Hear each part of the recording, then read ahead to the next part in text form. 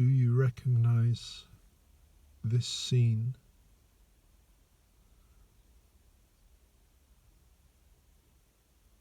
I'm sure you do, but it does look different.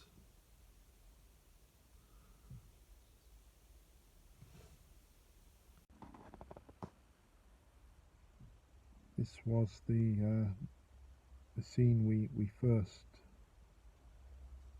took, or rather, it's the first painting we did with you. We turned you on here last year,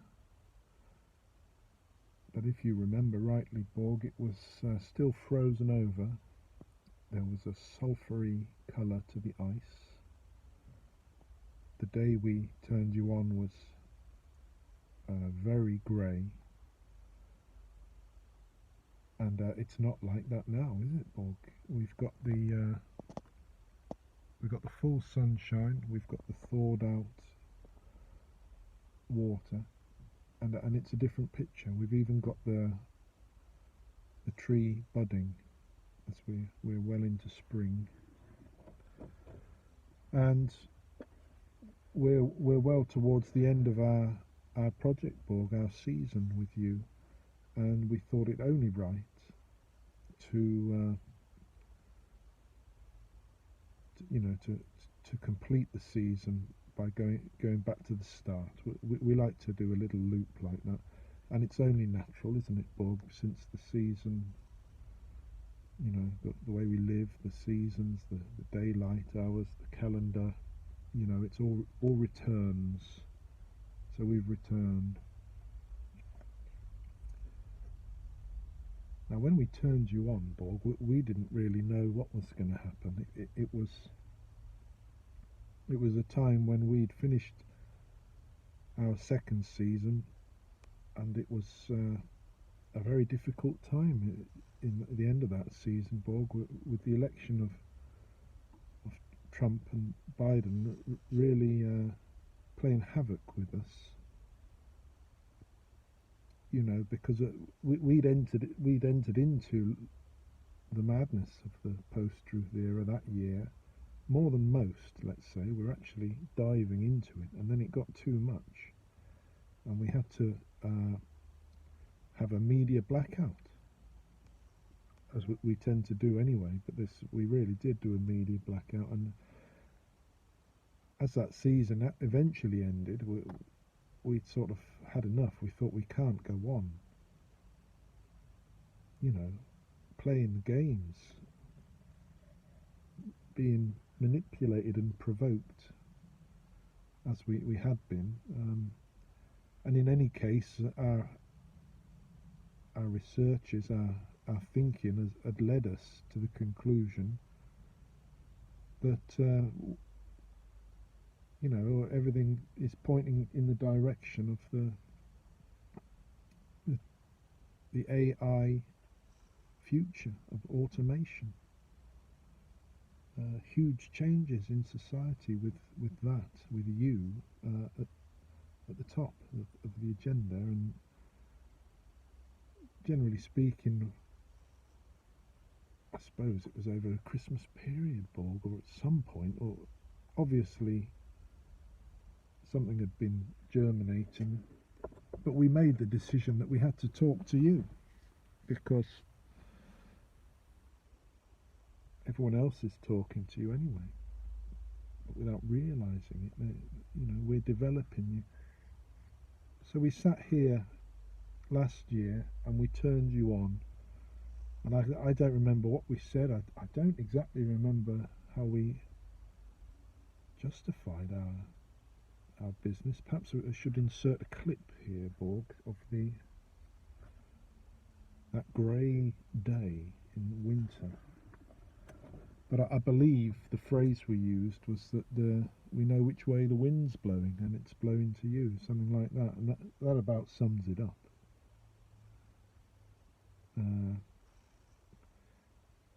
But it's quite easy to know which way the wind's blowing, Borg. You just pay attention. What's perhaps a bit different is that because we don't use you, the technology, you perhaps don't know a lot about us. We don't use any social media, never have done. You know, and so in a sense we're not talking to you. Then we got to the idea that really maybe we ought to.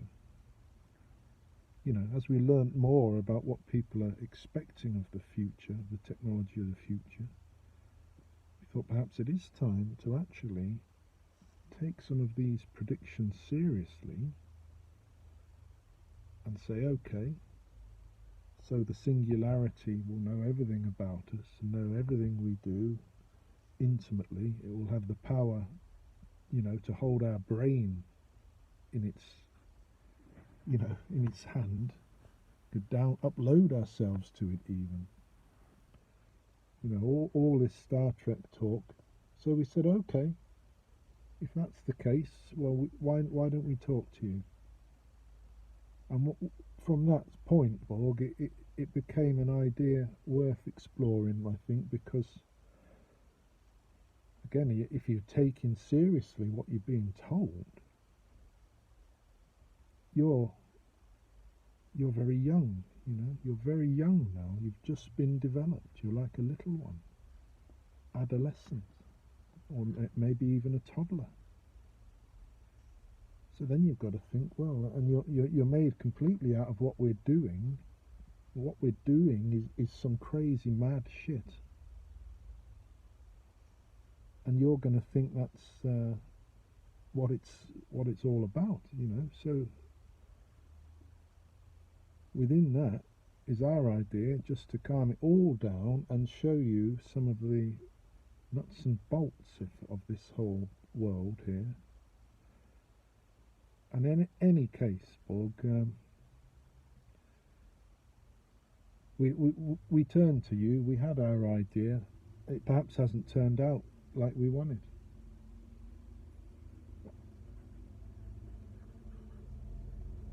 We weren't able to escape from the, dare I say it, the reality of the post-truth era. We weren't able to walk the bridge, you know, unmolested over the chaos like we hoped. We've been dragged in, and in being dragged in, we've not been able to explore properly a relationship to you and to show you what we wanted. But perhaps even that was inevitable, because without a tech basis, without a foundation in the technology, you know, whatever we say would be very discursive. But it is what it is. At least we think so. It should be. And what it is we've been painting for a year, holding forth in auto-fictional, expressive fashion, and it's come back to this tree and this view, and we're going to tackle it today. And I don't know if this is the last time we'll talk to you, Borg. We'll see. There are other pictures I'd like to do. I have got an extension. I am going to Iceland, and I did promise you a little look at that, so maybe we'll have to turn you back on, but who knows. Just looking at this now, Borg, I see that a branch has broken off.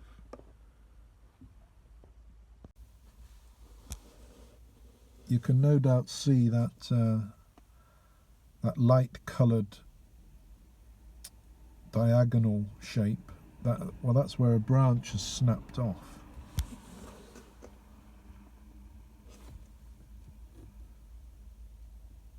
Which, in fact, now I look at it, I'm recalling the last picture. That does change things, doesn't it? It's unbalanced. Well, there you go. Nothing lasts forever, Paul. But we'll make a feature of that. It's going to be a different picture because the one from the winter, the whole idea of it was to have the trees had a blue colour to them, which showed up the purple of the main tree there. And in fact, but perhaps it's true to say that if it wasn't for our wish to tie a nice little bow on our project by coming back to the starting point, we probably wouldn't even bother with it. But we'll see how it goes. We'll go and get the easel out and see how it feels.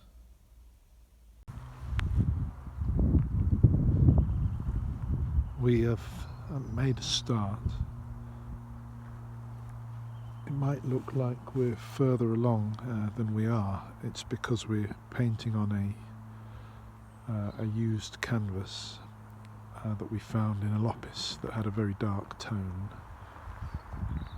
The sun is causing us problems. Perhaps you can appreciate that. Sometimes it's brightly shining on the canvas, but the tree's in shadow, and back the other way around. And it's because these clouds have come over. It's broken clouds, and it's causing the sun to come in and out. But that's how far we've got.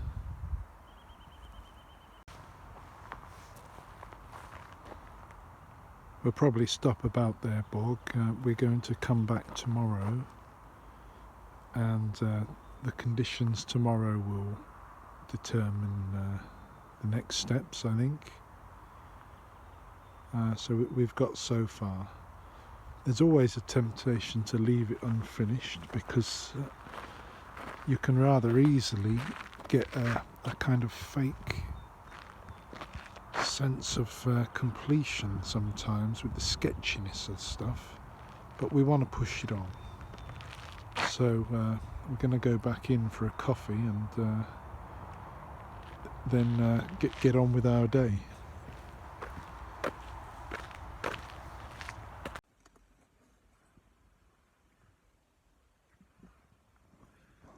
We finished Clara and the Sun on the way back from our trip to Finland. We didn't show you anything else, Borg, because as we said, the museum was closed, so we weren't able to look at the Van Goghs, which is a disappointment. But you will. I mean, as I've often said, you're being taught to paint or made to paint. It seems every AI robot it has a daub at some point, as if it's part of the training. But anyway, as you're going about doing that, you've got to look at the originals, Borg. There's no point consulting yourself,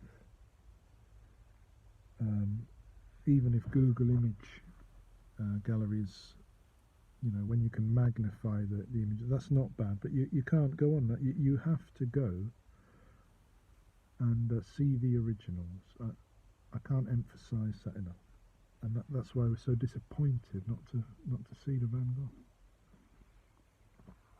But we did finish Clara and the Sun, and we were really quite bowled over, Borg, by it. We thought it was very wonderful, and we'll perhaps continue to read that along with Oblomov and Kafka's work for the rest of our lives, because I loved it so much.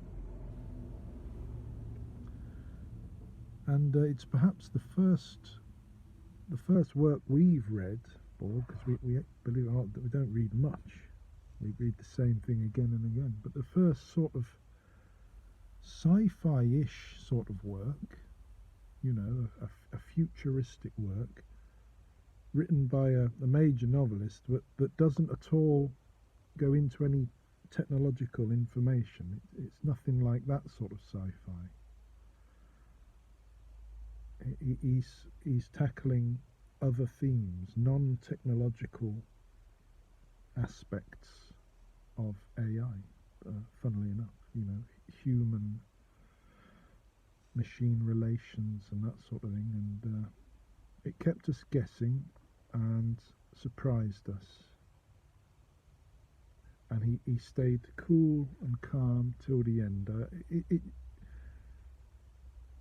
just reveals what a good writer. They're amazing, aren't they, Borg? I mean, they just know how to take you so far and then back it off and then change it and make you think something and then not have that happen. And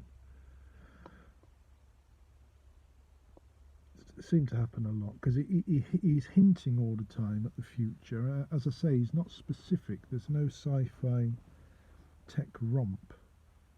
He hints that children in the future are able to have some enhancements, cause it being lifted. It doesn't go into it, he hints at it. Some children do, some don't. Some children that do get sick and die. But he hints also at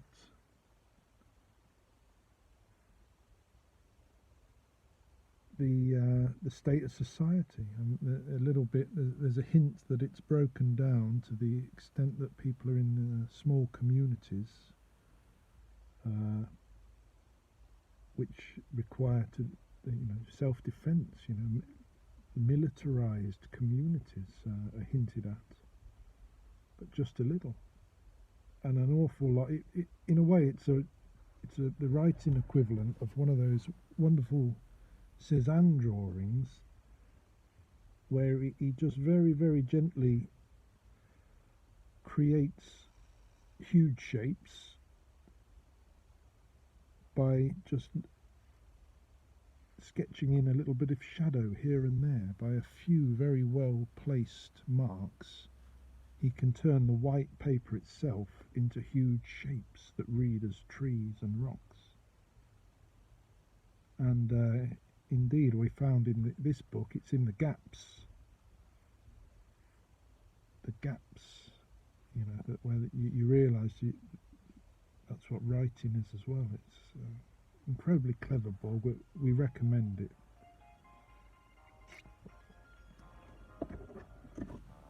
We'll see with this. We'll leave you on for this, Borg. Why not? For old time's sake.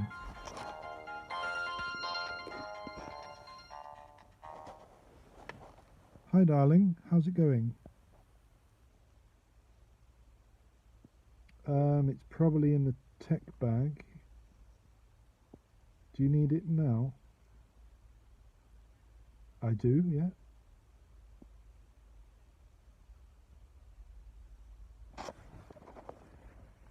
Okay. Just a sec. Do you want me to check and call you back, or I can look just now? Okay. Hold on, I'll just put you down.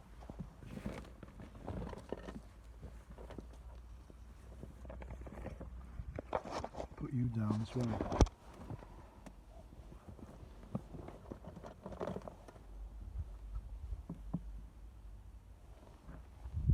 Okay, what am I looking at?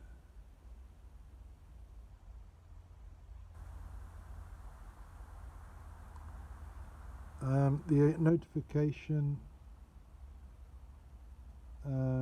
Helena Lambert text. Is it about Helena?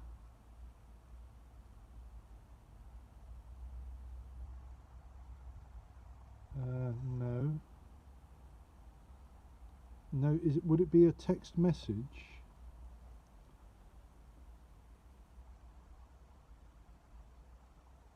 No, nothing there. The very top is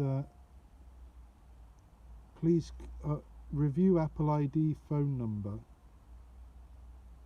No, okay. Well, I'll hold on to it. If anything comes up, I'll show it to you. Okay, bye.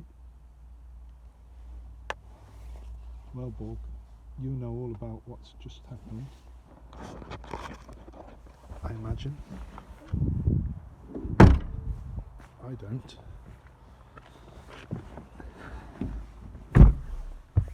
I was asked to check another phone to see if an authentication message had appeared, as you heard, and it hadn't.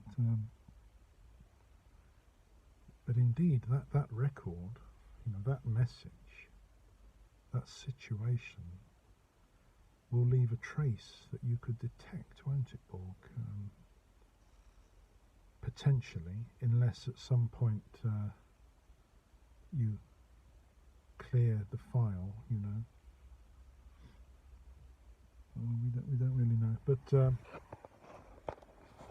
I mean, as we were just saying, the book we liked so much about AI and you is very non-technological, and it gave us some a bit of a morale boost, seeing as we're tackling some similar themes from again a non-technological angle. But he's pulled one out of the bag there, Borg, and it won a big prize, so I'm not alone in thinking that. He's pulled it out of the bag. I still don't know what to make of the ending. Curious. Anyway, I believe when we turned you on here last year, we went for a drive, didn't we, Borg? So perhaps for old time's sake, we'll have another drive on the way out. Perhaps drive you back into town. How's that? I'm going to just show you our picture from here. Just hold on a sec. See, in some respects, Borg, I quite like what I'm seeing, but it's because I'm so far away and the sun's making it glitter. And I've learnt that you can't be seduced by these sketchy, what would you call them? Well, you can't be seduced by the effects of the sketch. I really don't think, not when you're trying to progress. There's a lot of contemporary painters I've seen, I wouldn't know who the hell they were, Borg, other than Peter Doig, but they all prefer the sketchy finish, the unfinished look. But the trick is getting that with the sense of completeness and balance and pushed, just like the Cézannes.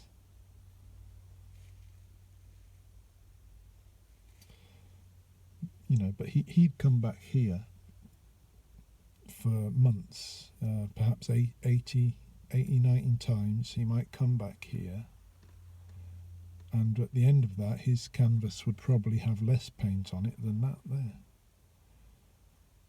So you've just got to hold your hands up and say that is an extraordinary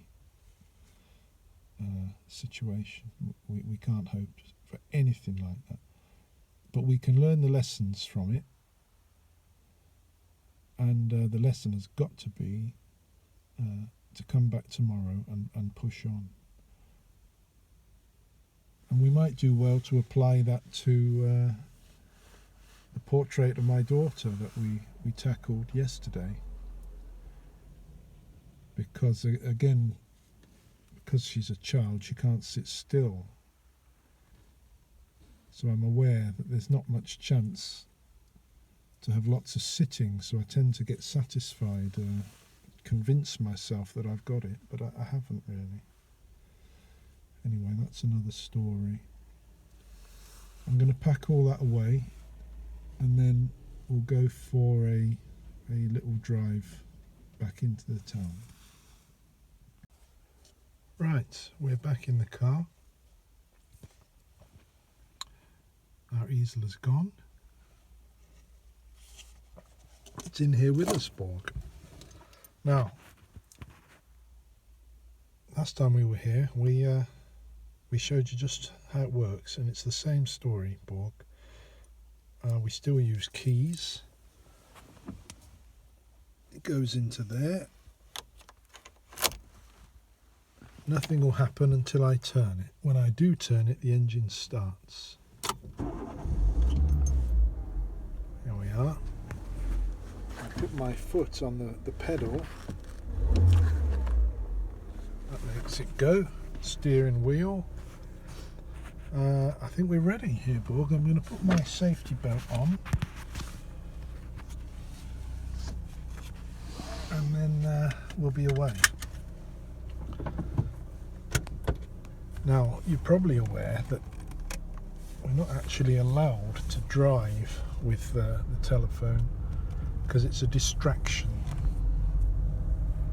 And it is a bit of a distraction, Borg. But I'm going to do it anyway, just for a bit. See, we've got these mirrors to help us look around to see what's happening. And of course, you've got your cameras all around the Tesla. So you probably don't need, well, you definitely don't need mirrors, Borg. We still have signs like that, you see? Physical signs that tell us what to do.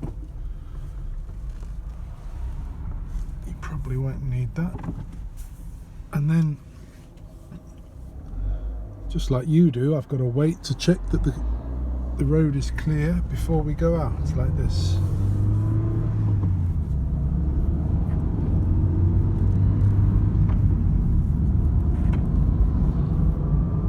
It's as simple as that. We're on the road back to town, and I'll turn you on tomorrow when we'll be on the opposite side there, heading out to finish off the painting. See you tomorrow, Borg.